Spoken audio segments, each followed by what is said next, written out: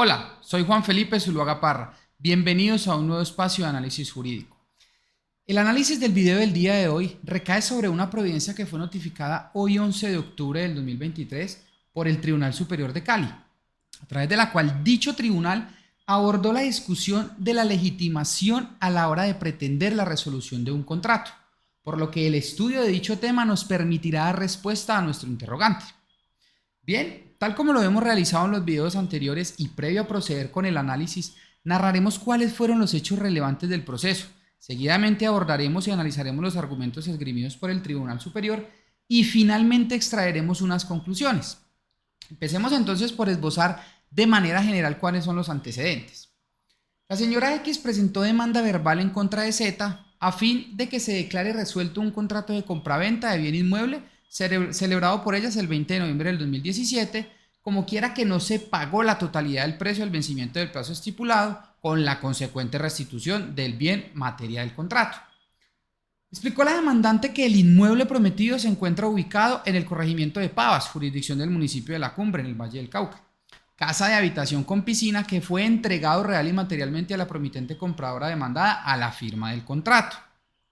Narró que el precio acordado fue la suma de 250 millones de pesos que se pagarían así, una suma de 50 millones de pesos a la suscripción del contrato y la suma de 200 millones de pesos pagaderos en cuotas de 40 millones de pesos mensuales a partir del 30 de diciembre del 2017, perfeccionando la venta del 30 de abril del 2018, cuando sería firmada la escritura de compraventa en la Notaría Segunda del Círculo de Cali, lo cual fue incumplido por las partes. Y es que se precisó en la demanda que la promitente compradora solo había pagado la suma de 150 millones de pesos, adeudando un saldo de 100 millones de pesos que no ha sido cubierto hasta la presentación de la demanda y conforme a lo previsto en el artículo 1930 del Código Civil colombiano, está facultada para demandar la resolución del contrato y la restitución del inmueble. La demandada compareció al proceso debidamente representada y en oposición de lo pretendido formuló las siguientes excepciones. Primero, alegó falta de legitimación en la causa por activa. Al no cumplir el demandante con las obligaciones descritas en las cláusulas tercera, cuarta y quinta del contrato de promesa de compraventa, toda vez que, explica el demandado, que la legitimación en la causa por activa le asiste al contratante que cumplió o se allanó a cumplir. Segunda, pago total de la obligación. Y como tercera excepción, alegó la falta de legitimación en la causa por pasiva, porque la parte demandada, indica el demandado, se ha allanado a cumplir con sus obligaciones, siendo la demandante la causante de que el contrato no se haya perfeccionado debido a sus engaños y al incumplimiento de sus obligaciones, como es el caso de estar a paz y salvo con los impuestos, que el bien esté libre de gravámenes y pleitos pendientes. Igualmente, la parte demandada formuló demanda de reconvención frente a su demandante para que se declarara que en el contrato de promesa de compraventa suscrito entre las partes, se configuró una lesión enorme en el precio estipulado por la vendedora. Pidió además declarar el pago total de la obligación, toda vez que la señora demandada ya había pagado una suma de 177 millones de pesos, valor que afirma la demandada supera el justo precio del inmueble, y en forma consecuencial solicitó que se ordene a la demandante restituir el excedente del precio aumentado en una décima parte, la suscripción de la escritura pública, su registro y el paz y salvo del inmueble. Ahora sí revisemos lo que dijo el Tribunal Superior de Cali. Inició recordando a la corporación que el principio jurídico que gobierna el derecho de las obligaciones convencionales enseña que la finalidad económico-social del contrato lleva implícito el cumplimiento de las estipulaciones en él pactadas, en tanto que los contratos se celebran para cumplirse y por ello son ley para las partes. Y es que así lo predica el artículo 1602 del Código Civil, que indica que todo contrato legalmente celebrado es una ley para los contratantes y no puede ser invalidado sino por consentimiento mutuo o por causas legales, en concordancia con el artículo 1603 del Código Civil, que ordena que los contratos deben ejecutarse de buena fe. Prosiguió la sala precisando que cuando se trata de contratos bilaterales, es decir, aquellos en donde las partes se obligan recíprocamente, el artículo 1546 del Código Civil prevé que en ellos va envuelta la condición resolutoria en caso de no cumplirse por uno de los contratantes lo pactado, lo que habilita al otro para pedir a su arbitrio, ya sea la resolución o el cumplimiento, y en ambos casos con indemnización de perjuicios. Y en el mismo sentido,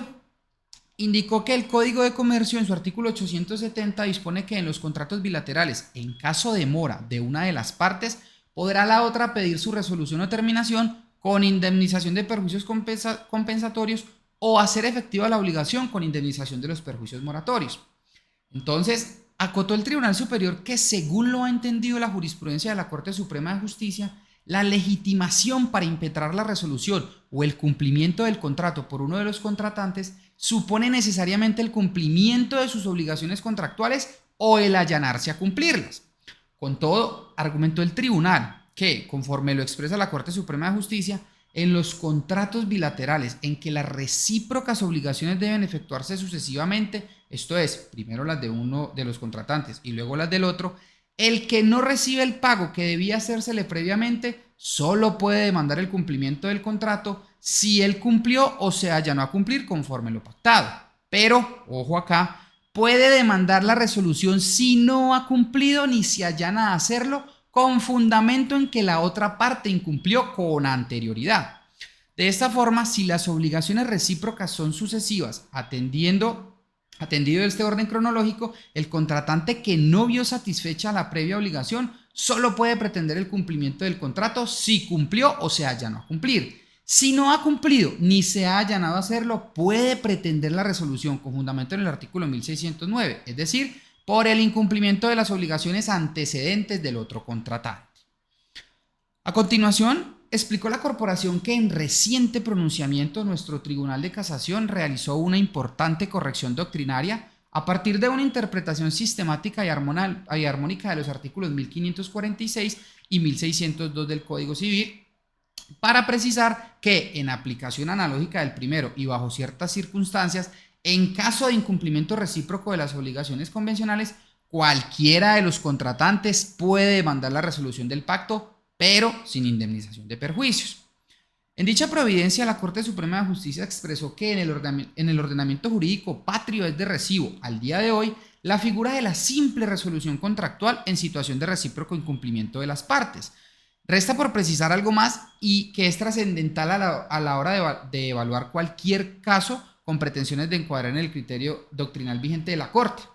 que fue lo que precisó la Corte. Y es que no basta un incumplimiento en cada uno de los extremos contractuales para propiciar una resolución, sino que se requiere que ese desconocimiento de las obligaciones sea recíproco y simultáneo, porque si contractualmente los interesados establecieron un orden prestacional, no hay manera de predicar un incumplimiento mutuo, ya que la infracción contractual del primero en el tiempo justifica la renuencia del segundo a cumplir y permite que este último ejercite las acciones alternativas previstas en el artículo 1546 del Código Civil, es decir, ejecutar o resolver en ambos casos con indemnización de perjuicios.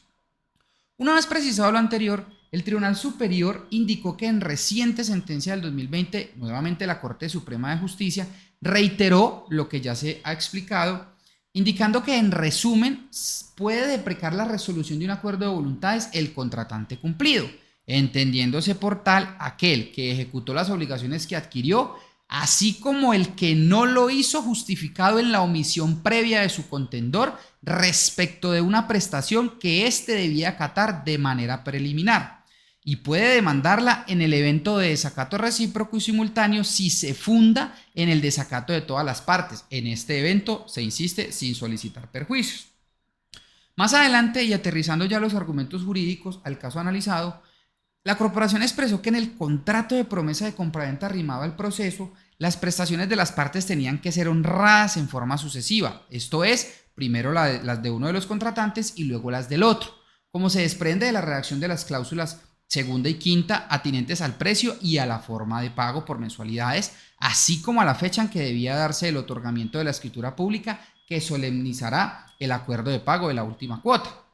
Entonces, acotó la sala que no cabe duda de que correspondía a la promitente compradora, una vez suscribió el contrato y recibió el inmueble el 20 de noviembre del 2017, proceder al pago del saldo del precio del inmueble en los términos que anteceden, de manera que para el 30 de abril del 2018 estuviera cubierto en su totalidad para proceder a la suscripción de la correspondiente escritura pública. Sin embargo, al contestar el hecho cuarto de la demanda atinente a la forma de pago del precio, la demandada señaló que tiempo después de haber realizado varios pagos sin indicación de su periodicidad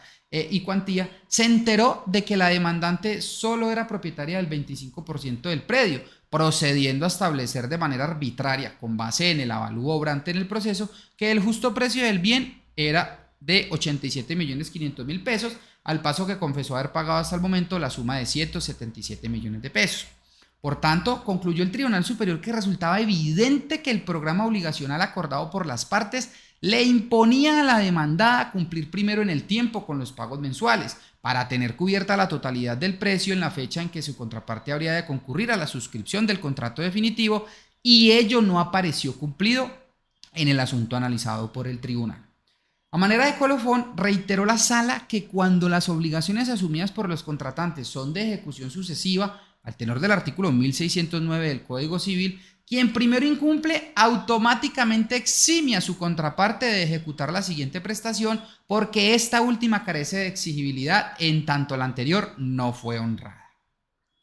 Pues bien, de esta interesante providencia se pueden extraer algunas conclusiones que, más que conclusiones, podríamos denominarlas como reglas. Primero, en principio, la legitimación para impetrar la resolución o el cumplimiento de un contrato por uno de los contratantes supone necesariamente el cumplimiento de sus obligaciones contractuales, o al menos el allanarse a cumplirlas. Segundo, sin embargo, en caso de incumplimiento recíproco de las obligaciones convencionales, cualquiera de los contratantes puede demandar la resolución del pacto, pero sin indemnización de perjuicios. Y tercero, y finalmente, quien primero incumple automáticamente exime a su contraparte de ejecutar la siguiente prestación, porque esta última carece de exigibilidad en tanto se reitera que la anterior obligación no fue honrada. Entonces, dando respuesta al interrogante planteado en el inicio del video, tenemos que decir que sí es posible que un contratante incumplido pueda pretender la resolución de un contrato, pero para que ello suceda, el otro contratante ha debido incumplir también sus obligaciones, y aclarando que no se va a poder solicitar indemnización de perjuicios. Hasta aquí nuestro análisis jurídico del día de hoy. Muchas gracias por quienes han llegado hasta el final de este video. Les recordamos que en la descripción del video les dejamos el link de acceso a la providencia analizada. Finalmente, nos gustaría saber su opinión. El conocimiento se construye entre todos. Recuerden darle me gusta al video si el contenido les pareció valioso. También suscríbanse al canal y no olviden activar las notificaciones para estar actualizados en este hermoso mundo del derecho.